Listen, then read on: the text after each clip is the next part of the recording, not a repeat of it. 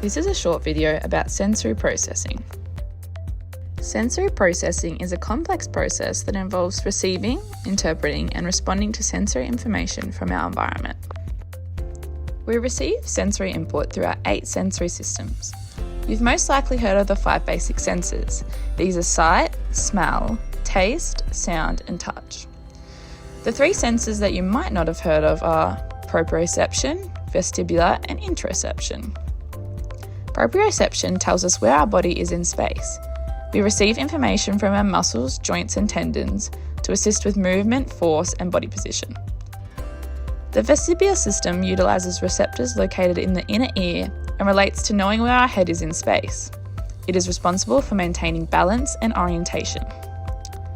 Interoception is an internal sensory system that tells us consciously or unconsciously what's going on inside our bodies, such as if we're hot or cold, hungry or full, nervous or excited, or if we need the toilet.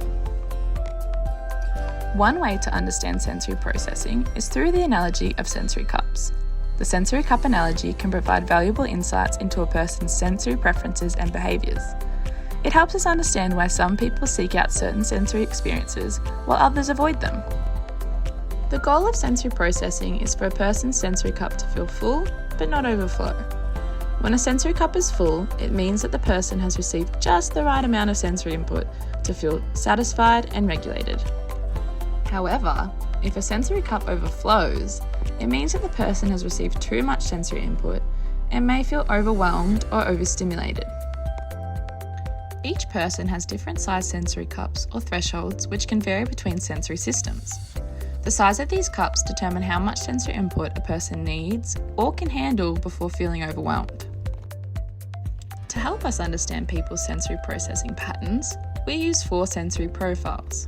These are sensory seeking, low registration, sensory sensitive, and sensory avoidant. Let's talk about sensory seekers. Sensory seekers have a huge sensory cup. It's almost as if their cup has a hole in it. No matter how much you try to fill their cup, it keeps emptying out. Sensory seekers are active in their approach to getting regulated. They know what their body needs and they will stop at nothing to get it. They will often be seen getting messy, enjoying bright and busy TV shows, moving a lot, or making loud noises repeatedly. This will depend on what type of sensory input they seek. Now, let's talk low registration.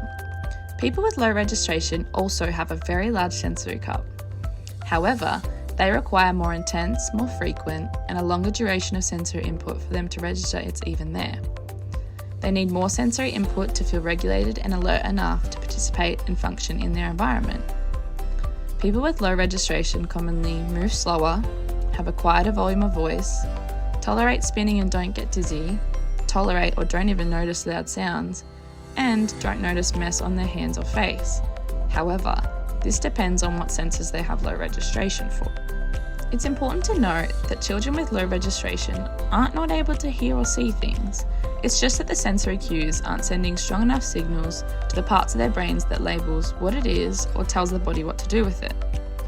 When you provide more movement, sound, tactile input, or any other alerting sensory input, low registration children become more regulated because it fills their sensory cup. The difficult part is they don't actively seek it out as they don't know their body needs it. Now for sensory sensitivity. People who are sensory sensitive have a small sensory cup. This means that they can only tolerate limited amounts or less intense sensory input than others. It doesn't take much to make their sensory cups overflow.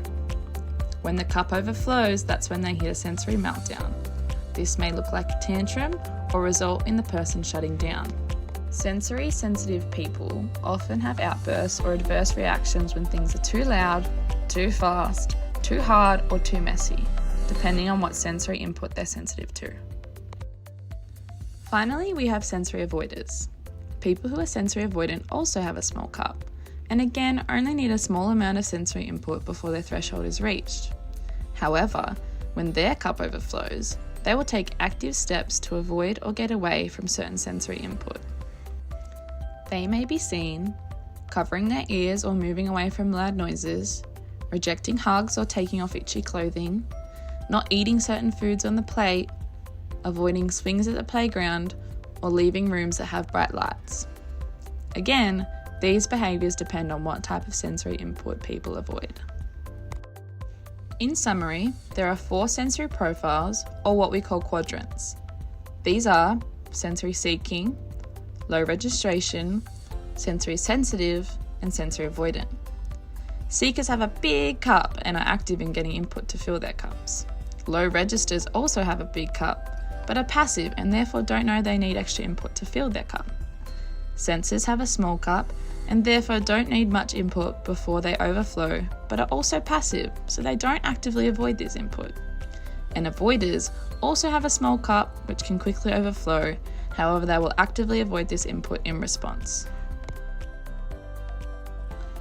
Something that is often misunderstood about sensory processing is that one person can present with different processing patterns for each of the 8 senses.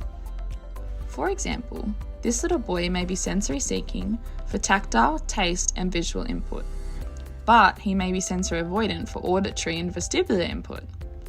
He may also be low registration for interoception, proprioception, and smell.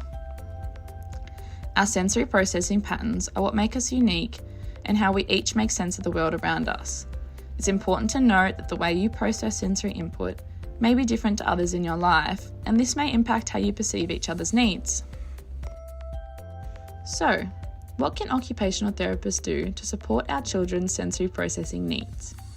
If you suspect your child's participation in daily activities is being impacted by their sensory processing, an occupational therapist can complete a sensory processing assessment.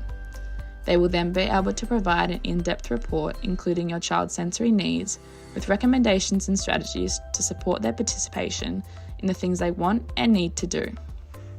Thank you for taking time to watch this video. We hope it has taught you something that will support yours and your child's sensory needs.